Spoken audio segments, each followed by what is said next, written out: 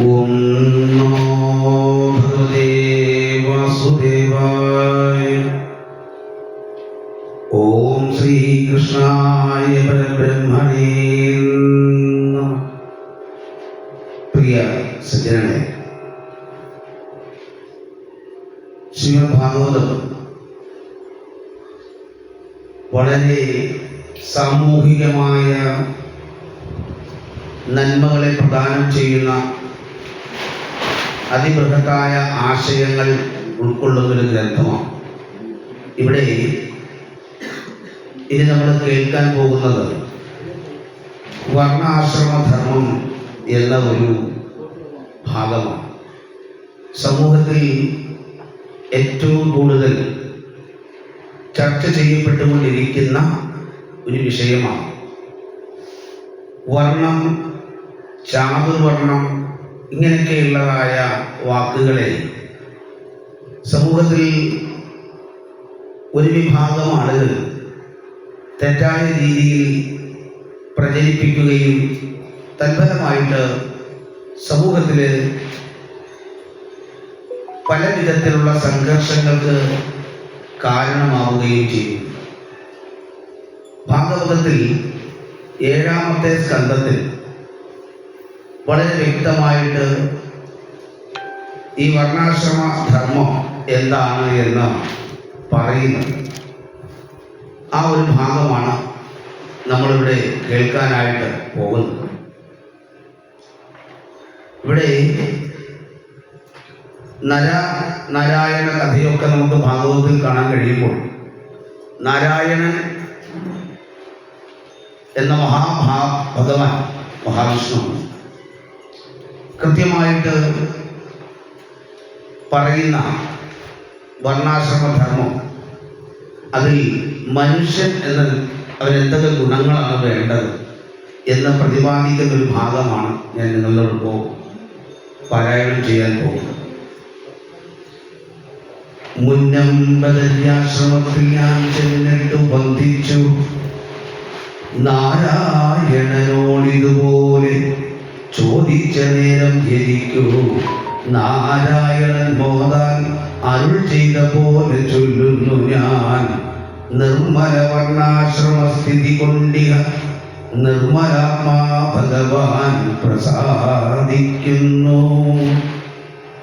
സർവജനത്തിനും വേണ്ടുന്നത് മുന്നിൽ സർവപ്രധാനമാകുന്ന സത്യം. നമ്മൾ കേൾക്കണം, ഭാഗവതത്തിൽ എന്താണ് വർണ്ണാശ്രമധർമ്മം എന്നതിൽ പറയുന്ന 21 ഗുണങ്ങളാണ് നമ്മളിവിടെ കേൾക്കാൻ പോകുന്നത്. ഈ ഗുണങ്ങളുള്ളവനെയാണ് മനുഷ്യൻ എന്ന് പറയുക. ഇവിടെ എന്നും ജാതീയമായി യാതൊരു വേർതിരിവുമില്ല. ഈ ഗുണങ്ങൾ ഒരു മനുഷ്യനായാൽ അവനുണ്ടായിരിക്കണം എന്ന് ഭാഗവതം നമ്മളോട് പറയുകയാണ്. ഇവിടെ പറയുന്നു, സർവജനത്തിനും വേണ്ടുന്നത് മുന്നിൽ സർവപ്രധാനമാകുന്ന സത്യം, ദയ, പിന്നെ തപസ്സും ശുചി, തിദീക്ഷ, തഥാ നന്നായി ശമവും ദമവും ഉണ്ടാകണം.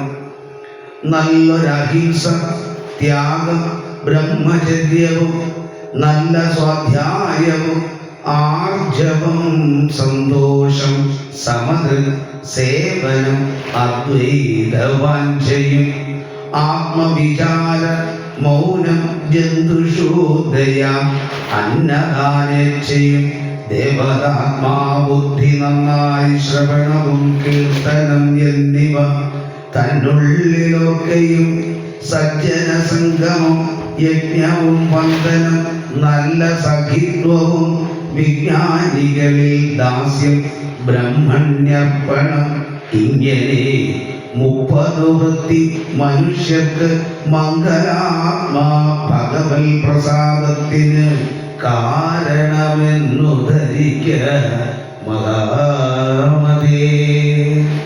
ഇതാണ് 30 ഗുണങ്ങൾ. ഇത്രയും ഒരു മനുഷ്യനുണ്ടാകേണ്ട ഗുണങ്ങളാണ്. ഈ ഗുണങ്ങളെയാണ് സനാതനധർമ്മം മുന്നോട്ട് വയ്ക്കുന്നത്. ഇതിൽ നമ്മൾ വളരെ പ്രത്യേകതകൾ മനസ്സിലാക്കി മനസ്സിലാക്കേണ്ട ഒരു കാര്യം, ഇതിൽ 21 ഗുണങ്ങൾ പ്രാധാന്യവും ബാക്കിയുള്ളത് നവധാഭക്തിയോടെ ചേർന്നതാണ്. ആ 21 ഗുണങ്ങളെയാണ് ഒരു ഭക്തൻ ഉണ്ടായിരിക്കേണ്ട 21 ഗുണങ്ങളാണ്. ഞാൻ ഒന്നുകൂടി അതൊന്ന് വ്യക്തമാക്കുകയാണ്. കാരണം ഇത്തരം കാര്യങ്ങളെയാണ് നമ്മുടെ സമൂഹത്തിൽ ചില ആളുകൾ തെറ്റായ രീതിയിൽ പ്രചരിപ്പിച്ചിരിക്കുന്നത് എന്ന് നമ്മൾ മനസ്സിലാക്കണം. മനുഷ്യനാകാൻ എന്ത് വേണം, ഭക്തനാകാൻ എന്ത് വേണം? ഈ വസ്തുത നോക്കൂ. 1, യഥാർത്ഥമായത് മാത്രം പറയുക, അതാണ് സത്യം. സത്യമാണ് ഏറ്റവും മുന്നിൽ ഏതൊരാൾക്കും വേണ്ടുന്ന ഗുണം. പിന്നീട് എന്താണ്? ദയയുണ്ടാകും. ദയ എന്നതുകൊണ്ട് ഉദ്ദേശിക്കുന്നത് മറ്റുള്ളവർക്ക് ദുഃഖമുണ്ടാക്കുന്ന അവസ്ഥ ഉണ്ടായാൽ അതിൽ ദയയോടുകൂടി നമുക്ക് പങ്കെടുക്കാൻ കഴിയണം, അതിനെ അങ്ങനെ മനസ്സിലാക്കാൻ കഴിയണം. പിന്നീട് പറയുന്നത് ഉപവാസം അനുഷ്ഠിക്കുക. വല്ലപ്പോഴും നമ്മൾ വ്രതമൊക്കെ എടുക്കുന്ന ആളുകളായിരുന്നു, ഇപ്പൊ അതൊന്നും ഇല്ല. അപ്പോൾ ഉപവാസം, ദേവനോട് ചേർന്ന് നമ്മുടെ ജീവിതം കഴിയുന്നത്ര സമയം പങ്കെടുക്കാൻ ശ്രമിക്കണം. അതാണ് തപസ് എന്നതുകൊണ്ട് ഉദ്ദേശിക്കുന്നത്. പിന്നീട് പറയുന്നതാണ് ശൗചം, ശുദ്ധി.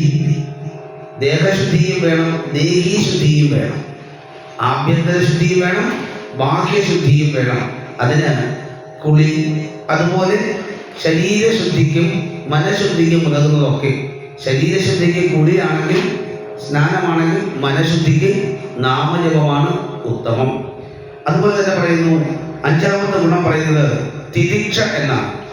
തിരിക്ഷ എന്ന് പറയുന്നത് തണുപ്പും ചൂടും സുഖവും ദുഃഖവും ഇങ്ങനെ ദ്വന്ദ്ങ്ങളായിരിക്കുന്ന അനുഭവങ്ങൾ നമുക്കുണ്ടാകുമ്പോൾ അതിൽ ഈ തണുപ്പും ചൂടുമൊക്കെ ഒരുപോലെ കാണാൻ മനസ്സിനെ പാകപ്പെടുത്തുന്ന ഒരവസ്ഥ. പലപ്പോൾ ഇല്ല. തണുപ്പ് വരുമ്പോൾ ഭയങ്കര തണുപ്പെന്ന്, ചൂടായി കഴിഞ്ഞാൽ പിന്നെ ഭയങ്കര ചൂടെന്നും പറഞ്ഞ് നമ്മൾ രണ്ടിനെയും വെറുക്കുന്നവരാണ്. അതല്ല, ഈ പ്രകൃതിയുടെ ഭാഗമാണിത്. അതുകൊണ്ട് തന്നെ ഈ രണ്ടിനെയും തുല്യമായി കാണുവാനുള്ള സഹിക്കുവാനുള്ള ഒരു മാനസിക അവസ്ഥ ഉണ്ടാവണം മനുഷ്യന്. പിന്നീട് എന്താ പറയുക? ഈക്ഷ എന്ന് പറയുന്നു. ഈക്ഷ എന്നുകൊണ്ട് പറയുന്നത് നമുക്ക് എന്താണ് വേണ്ടത്, എന്താണ് വേണ്ടാത്തത്, നമുക്ക് ഉപയോഗവും ഉപകാരവും ഉള്ളത് എന്താണ്, നമുക്ക് ഉപദ്രവം ചെയ്യുന്നത് എന്താണ്, ഇത് തിരിച്ചറിയാനുള്ളൊരു കഴിവാണ് ഈക്ഷ എന്ന് പറയുന്നത്. ഈ കഴിവ് നഷ്ടപ്പെട്ടു പോയതുകൊണ്ടാണ് ഇന്ന് നമ്മുടെ പല ആളുകളും മദ്യത്തിനും മയക്കുമരുന്നിനും മറ്റ് പലതരത്തിലുള്ള അപകടങ്ങളിലും ചെന്നുപെടുന്നത്. ഗുണപ്പെടുന്ന ഏതാണ്, ഗുണമില്ലാത്തത് ഏതാണ് എന്ന് തിരിച്ചറിയാൻ നമുക്കൊന്ന് കഴിയണം. അതൊരു മനുഷ്യന്റെ ഗുണത്തിൽപ്പെടുന്നതാണ്. പിന്നീടാണ് പറയുന്നത് ശമം. ശമം എന്ന് പറഞ്ഞാൽ മനസ്സിനെ അടക്കുക എന്നതാണ്. അല്ലെങ്കിൽ അന്ധകരണം, അതിനെ ജയിക്കുക. അന്ധകരണത്തെ ജയിക്കാൻ കഴിയണം, മനസ്സിനെ അടക്കാൻ കഴിയണം. വിഷയങ്ങളിൽ ചെന്നുപെടുമ്പോൾ ആ വിഷയങ്ങൾ നമുക്ക് ദോഷം വരുത്തുന്നതാണെങ്കിൽ അതിലേക്ക് ചേരാതിരിക്കാൻ നമുക്ക് മനസ്സുകൊണ്ട് കഴിയണം. അങ്ങനെ മനസ്സിനെ അടക്കുക എന്നുള്ളതാണ് ശമം എന്നതുകൊണ്ട് ഉദ്ദേശിക്കുക. പിന്നീട് പറയുന്നത് ദമമാണ്. അത് ഇന്ദ്രിയങ്ങളാണ്. കണ്ണും മൂക്കും നാക്കും തൊക്കും ചെവിയും കഴിയും കാലും ഒക്കെ നമുക്കുണ്ട്.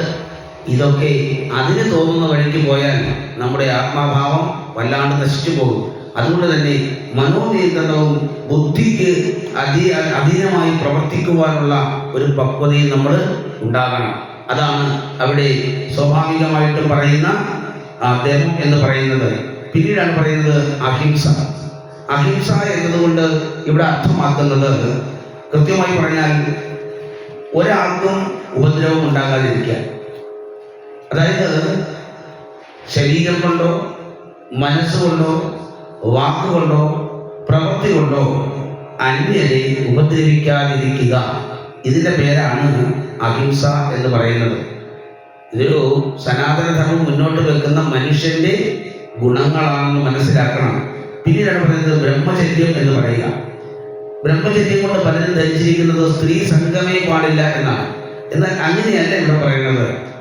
സ്വാഭാവികമായിട്ടും അവരവർക്ക് വിധിച്ചിരിക്കുന്ന രീതിയിലുള്ള കുടുംബജീവിതം പൂർണ്ണമായും അനുവദനീയമാണ് സനാതനധർമ്മത്തിൽ. എന്നാൽ നിഷിദ്ധമായ ദേശത്ത് നിഷിദ്ധമായ ആള്, നിഷിദ്ധമായ അല്ലെങ്കിൽ മോശമായിരിക്കുന്നതായ അവസ്ഥയിലുള്ളവരുമായിട്ടുള്ള സംസർഗം ഒഴിവാക്കണം. അവിടെ മനസ്സിനെ നിയന്ത്രിക്കാൻ നമുക്ക് കഴിയണം. അതുപോലെ തന്നെ പറയുന്നത് നിഷിദ്ധ ദേശങ്ങളിലും കാലങ്ങളിലുമുള്ള സ്ത്രീ സംയോഗം ഉപേക്ഷിക്കുവാൻ മനസ്സിനെ പാകപ്പെടുത്തണം. അതിൻ്റെ പേരാണ് ബ്രഹ്മചര്യം എന്ന് പറയുന്നത്. പിന്നീടാണ് ത്യാഗം. എന്താ ത്യാഗം?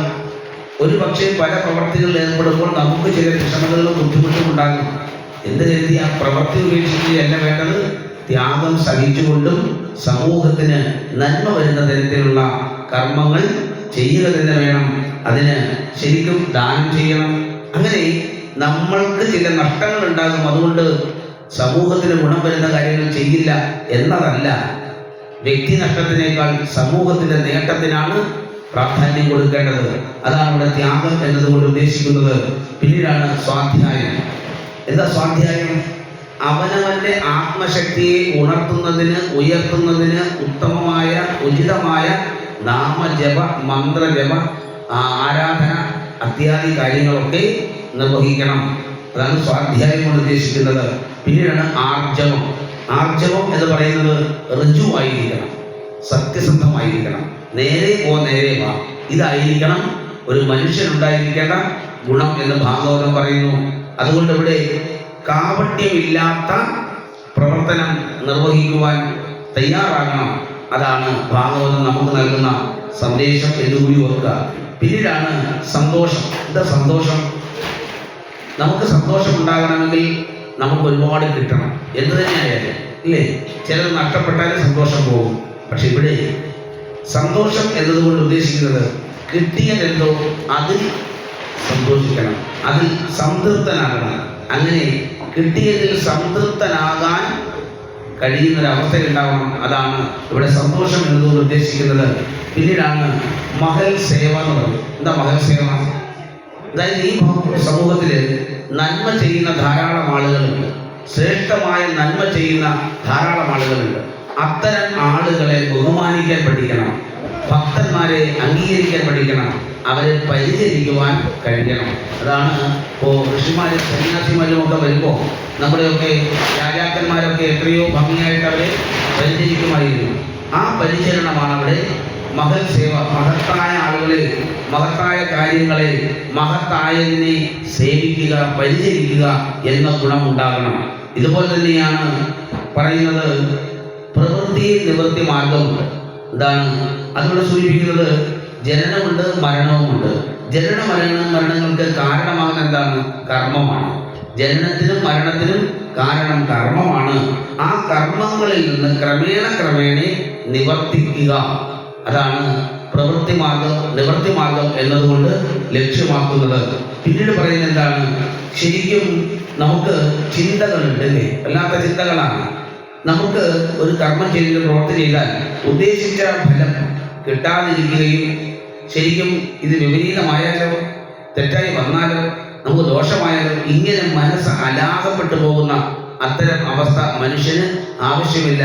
കാരണം അവൻ്റെ ജീവിതത്തിൽ അവന് മനസ്സ്, സന്തോഷം, സംതൃപ്തി, മേൽപ്പറഞ്ഞ ഗുണങ്ങളുണ്ടെങ്കിൽ അവന് നല്ലത് തന്നെ സംഭവിക്കും. ഒരുപക്ഷെ ഭൗതികമായി ചില കുറവുകൾ ഉണ്ടായെങ്കിലും ആത്മീയമായി സംതൃപ്തിപരമായി അവൻ സന്തോഷവാനായിരിക്കും. കാരണം ഭഗവാൻ അവനോടൊപ്പമാണെന്ന് വളരെ വ്യക്തമായിട്ട് തന്നെ ഇവിടെ പറയുന്നു. അതുപോലെ തന്നെയാണ് മൗനം വേണമെന്ന് പറയും. മൗനം വേണമെന്ന് പറഞ്ഞാൽ എന്താ? മിണ്ടാതിരിക്കാന്നാണോ? അല്ല, ആവശ്യത്തിന് മാത്രം സംസാരിക്കുക. അല്ലാതെ അനാവശ്യമായ കാര്യങ്ങളിൽ എല്ലാം ഇടപെട്ട് വെറുതെ അഭിപ്രായം പറഞ്ഞ് മറ്റുള്ളവരുടെ വിദ്വേഷം വലിച്ചു വെക്കുന്ന ഒരവസ്ഥ ഉണ്ടാകാതിരിക്കുക. ആവശ്യമില്ലാതെ സംസാരിക്കുന്ന സ്വഭാവം ഒഴിവാക്കണം. അതിന് ഞങ്ങളുടെ മൗനം എന്നതുകൊണ്ട് ഉദ്ദേശിക്കുന്നത്. പിന്നീടാണ് ആത്മാനുസന്ധാനം. ഇത് ആത്മാനുസന്ധാനം എന്ന് പറഞ്ഞാൽ ആത്മാവിനെ അറിയണം, ആത്മഭാവത്തെക്കുറിച്ചുള്ള വിചാരം ഉണ്ടാകണം. ഈ ശരീരമല്ല, ശരീരം ചലിക്കണമെങ്കിൽ ആത്മാവുണ്ടെങ്കിലേ പറ്റുള്ളൂ. അപ്പോൾ ആ ആത്മഭാവത്തെ പറ്റിയുള്ള വിചാരം, അതാണ് ആത്മാനുസന്ധാനം എന്നതുകൊണ്ട് ഉദ്ദേശിക്കുന്നത്. പിന്നീട് പറയുന്നത് ഏറ്റവും പ്രധാനപ്പെട്ടത് മറ്റൊന്ന് പറയുന്നത് അന്നദാനമാണ്. എന്താ അന്നദാനം? നമുക്ക് ജീവൻ നിലനിർത്താൻ അന്നം വേണം എന്നുള്ളത് പോലെ തന്നെ മറ്റു ജീവജാലങ്ങൾക്കും അന്നം ആവശ്യമാണ്.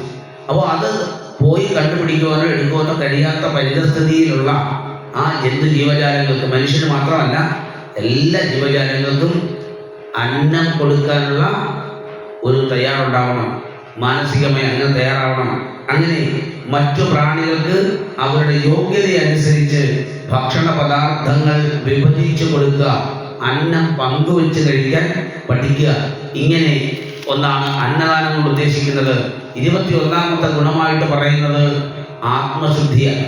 എന്താ ആത്മശുദ്ധി?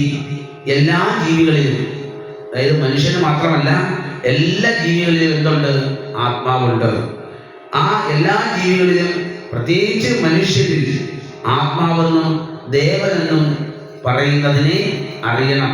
നമ്മുടെ ആത്മാവ് തന്നെയാണ് നമ്മുടെ ഈശ്വരൻ, നമ്മുടെ ആത്മാവ് തന്നെയാണ് നമ്മുടെ ദേവൻ. അതുകൊണ്ട് ആത്മാവിന് ദോഷം വരുന്നതൊന്നും ചെയ്യാൻ ശ്രമിക്കാതിരിക്കുക. അങ്ങനെ ആത്മാവിനെ ശുദ്ധമാക്കി നിർത്തുക. ആത്മശുദ്ധിക്ക് കാരണം വാക്കും പ്രവൃത്തിയും ചിന്തയും മേൽപ്പറഞ്ഞ ഗുണങ്ങളും അനുവർത്തിക്കുക എന്നതാണ്. ഇത് കൂടാതെയാണ് നവകാ ഭക്തിയെ പറ്റി സൂചിപ്പിക്കുന്നത്. ശ്രവണം, ഈശ്വരനെ പറ്റി കേൾക്കുക. കീർത്തനം, ഈശ്വരനാമങ്ങൾ കീർത്തിക്കുക. സ്മരണം, ഈശ്വര രൂപത്തെ സ്മരിക്കുക. അതുപോലെ തന്നെ ഈശ്വരന്റെ പേരിൽ സേവ ചെയ്യുക, ഭഗവാന്റെ പേരിൽ സേവ ചെയ്യുക, പൂജ ചെയ്യുക, നമസ്കാരം ചെയ്യുക. ഭഗവാന്റെ ദാസനായി നമുക്ക് നിൽക്കാം, ഒരു കുഴപ്പമില്ല. ദാസനായി നിൽക്കുമ്പോൾ തെറ്റൊന്നുമില്ല. കാരണം നമ്മളെല്ലാവരും എന്താണ്? ദാസൻ തന്നെയാണ്. ആരുടെ?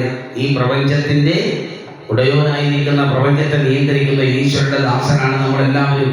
അതുപോലെ തന്നെ ആ ദേവനുമായി സഖ്യം സ്ഥാപിക്കുക, നമ്മുടെ ആത്മാവിനെ ഭഗവാന് നിവേദിക്കുക. അതാണ് ആത്മനിവേദനം കൊണ്ട് ഉദ്ദേശിക്കുന്നത്. ഇങ്ങനെയുള്ള 9 ഗുണങ്ങളോടെ ചേർത്താണ് 30 ഗുണങ്ങൾ മാനവ സമൂഹത്തിന് ഭാഗവതം പറഞ്ഞു തന്നിരിക്കുന്നത്. പ്രിയമുള്ളവരെ, ഈ ഗുണങ്ങൾ ഒരാളിൽ ഉണ്ടാവേണ്ടത് അത്യന്താപേക്ഷിതമാണോ? അല്ലേ?